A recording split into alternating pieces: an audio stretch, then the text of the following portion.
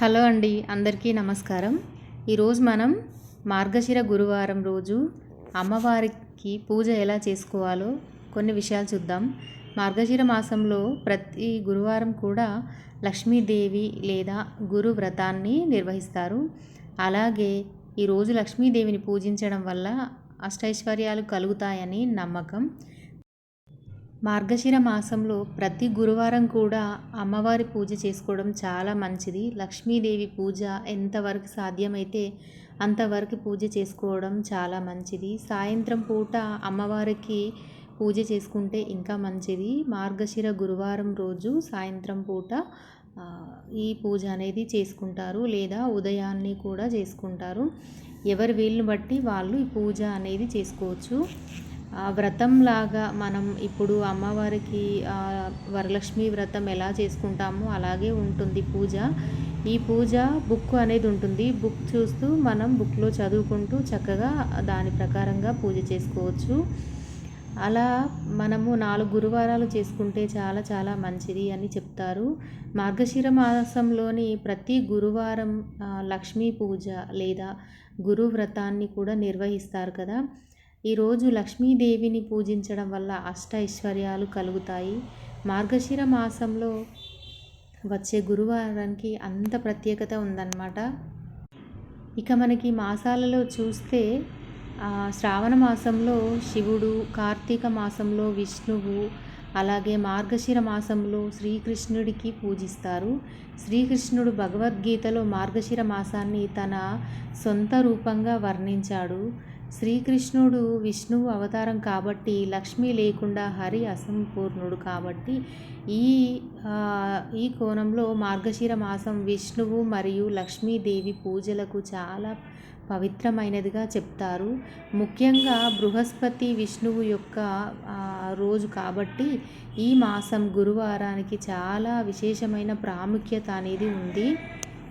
మరి పూజ ఎలా చేసుకోవాలి, వ్రతం ఎలా చేసుకోవాలి అనేది ఒకసారి చూద్దాం.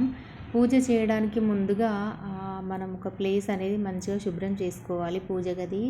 అలాగే ముగ్గులు వేసుకొని, ముగ్గులు మంచిగా స్వస్తిక్ ముగ్గులు వేసుకుంటే చాలా మంచిది.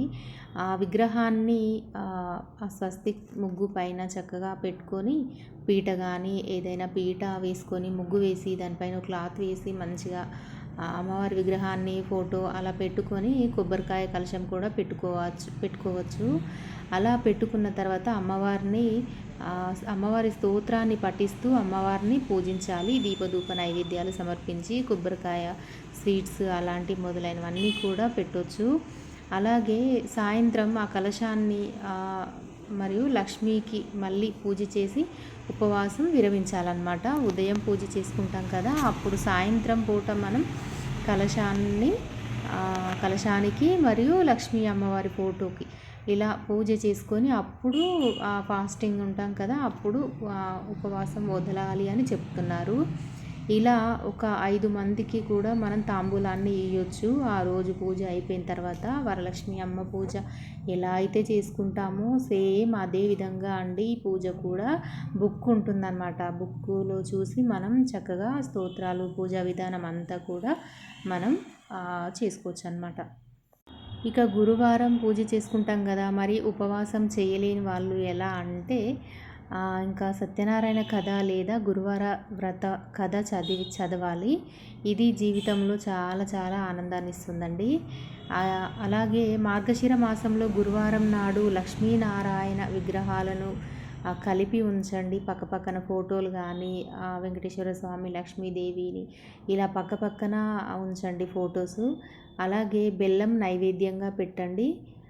బెల్లం పప్పు నైవేద్యంగా పెట్టండి, లేదా ఏదైనా స్వీట్ అయినా పెట్టవచ్చు. కీర్ లాంటివి, కేసరి అలాంటివి నైవేద్యంగా పెడితే చాలా మంచిది.